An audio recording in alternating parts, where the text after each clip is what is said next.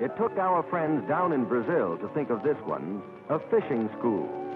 We hardly believed it ourselves till we saw this picture. But that's just what it is, a school to teach youngsters how to be good fishermen. A modern church built in early colonial style is the center of a fine group of modern school buildings. The boys start every day of their lives by going to church, which is more than can be said of some fishermen we know. And we feel pretty sure that one of the things these lads give thanks for is that they're not in an ordinary school. Each boy probably says to himself every day the Portuguese equivalent of, gee whiz, everybody loves to go fishing. Here I am in a place where I can go fishing every day. If you're a Brazilian boy, you don't go to this school just because you have the idea that you'd like to. The first thing a boy has to make sure of is that he's born the son of a fisherman. Yes, all the students are sons of fishermen. And thus Brazil is doing a lot to maintain the standards and traditions of an ancient and honorable calling. The boys are chosen by the governors of the various states, and they come from many places all along Brazil's extremely long coastline.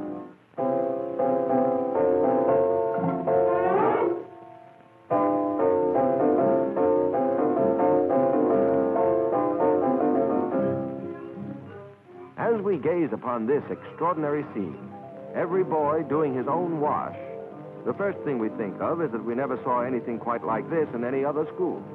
The idea is that it helps to teach them self-reliance and independence.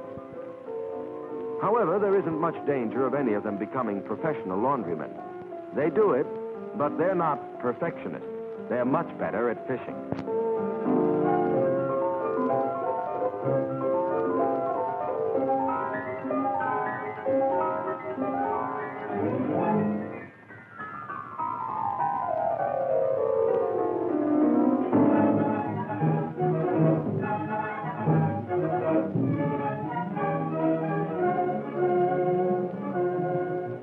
The school is called the Marambaia Fishing School. It's at the end of a great peninsula about 50 miles south of Rio de Janeiro and faces on the bay of Ilha Grande, a spot chosen because in the surrounding waters fish are plentiful. The whole enterprise is one of the favorite projects of President Vargas and certainly is an example of the vigorous progressiveness of our great South American neighbor and ally. The boys learn, besides a lot of other things, semaphore signaling, marine rules and regulations, and the handling of small boats. And from hard-bitten old fishermen, to whom a sailing craft is the noblest work of man, they learn all about rigging and knots and canvas, what to do with them and what not to do. As service in the armed forces is compulsory in Brazil, these lads will do all right for themselves in the Navy later on.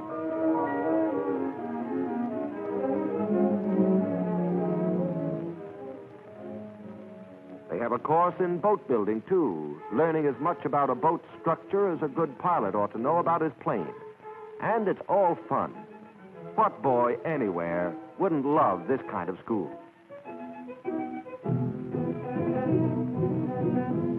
And they learn how to make these important tools of their trade, nets.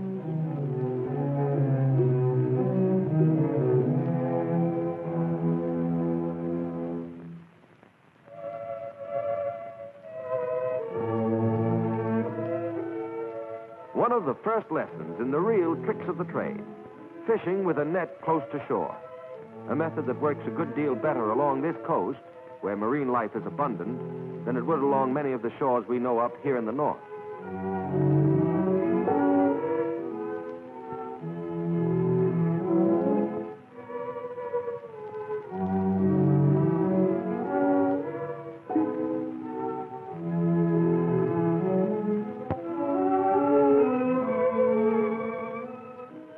The boys never know what's coming in that net. Of course, suspense is always one of the feelings surging through the heart of any fisherman. Let's just wait and see what they've got. Sometimes, in real commercial fishing, the haul by this method is big.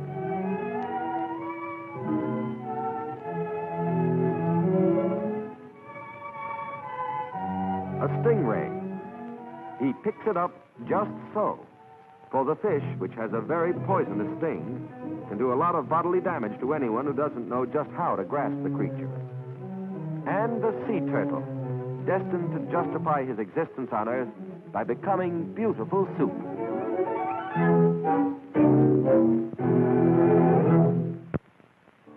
A large number of unsuspecting, carefree, hitherto unmolested sardines are right over there. If the sardines were thinking creatures, they would feel a good deal of self-importance, for they contribute in a large way to Brazil's tanning industry. This netting of sardines is one of the really important things the boys have to learn.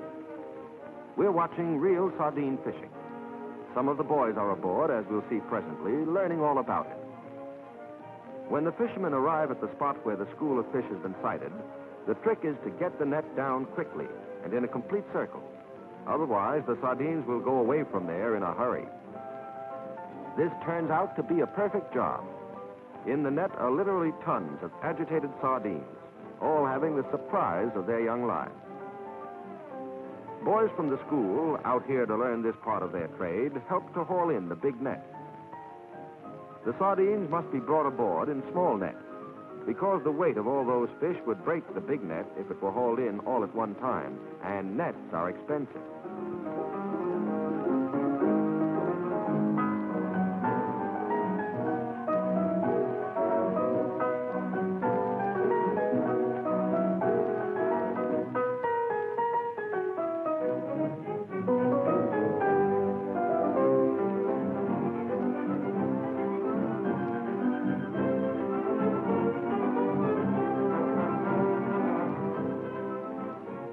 As soon as the fish are all aboard, they are basketed and hustled back to port and into the cannery the same day. A catch as big as this is valuable, and the boys are taught the ways of making sure of such hauls, and then how to handle the big catches quickly in order to protect their market value.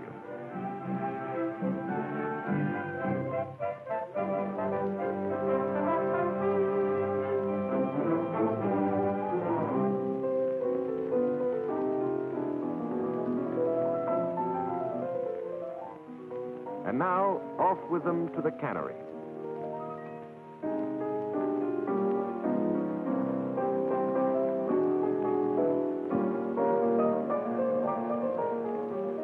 In the cannery, the sardines receive so much careful individual attention that they would all feel pretty flattered if they were in any position to know about it. Some of the boys will later on become specialists in the cannery industry, so all of them are given the training that will make them experts.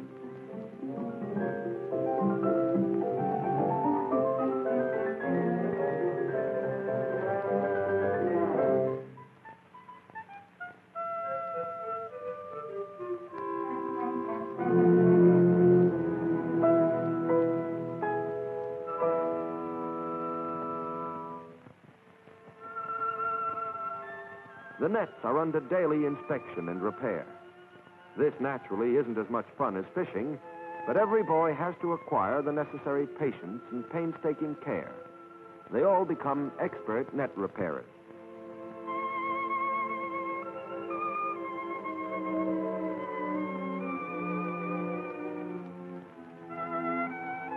The boats are in pretty constant need of overhauling and repair, too.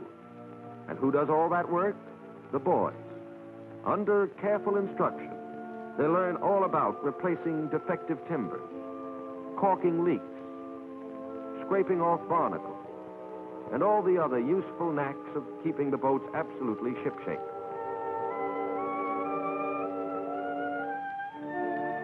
And now you can have three guesses as to what the boys do on their days off, their holidays.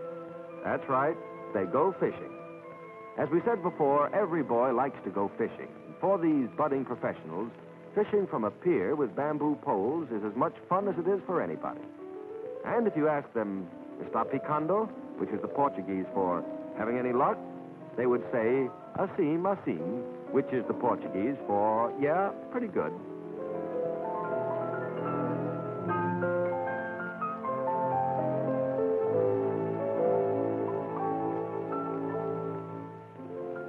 The boys receive a certain amount of ordinary classroom schooling, and in addition, they have a good deal of schoolroom instruction in the lore of fish and how to catch them. It is in the classroom that they receive their introduction to Mr. Elasmobranch Salakian, In other words, the shark, which has become important in Brazilian fisheries as a source of food and of a high vitamin content oil. The boys have to know all there is to know about Elasmobranch salacian.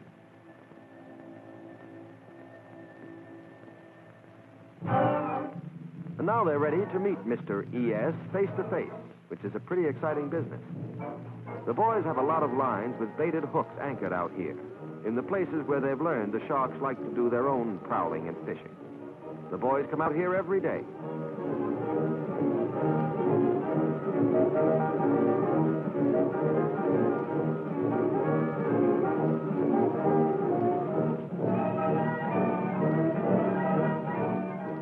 When a line is pulled in, either there's a shark on the end of it and the fun begins, or else you just put some more bait on the hook and come back. No, Elasmobranch salacian, if not exactly beautiful, is of considerable commercial value.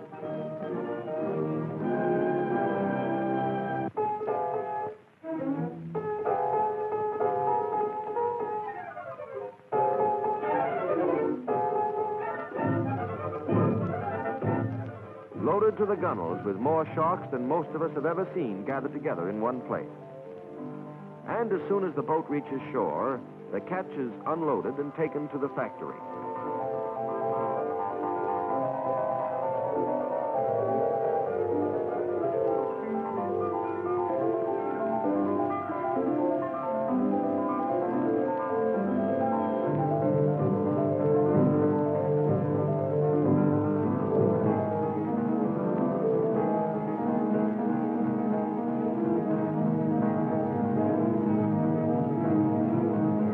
Positively their last appearance as anything resembling sharks.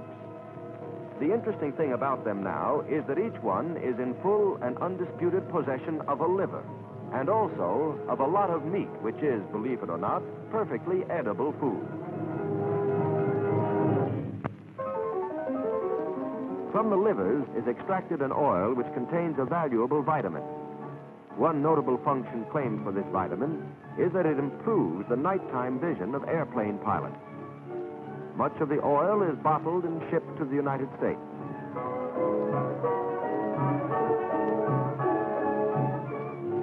The shark meat is cut into small pieces, well salted, and given a thorough drying in the sun. It has taken the world some time to discover it, but shark meat is good food and tastes a good deal like codfish.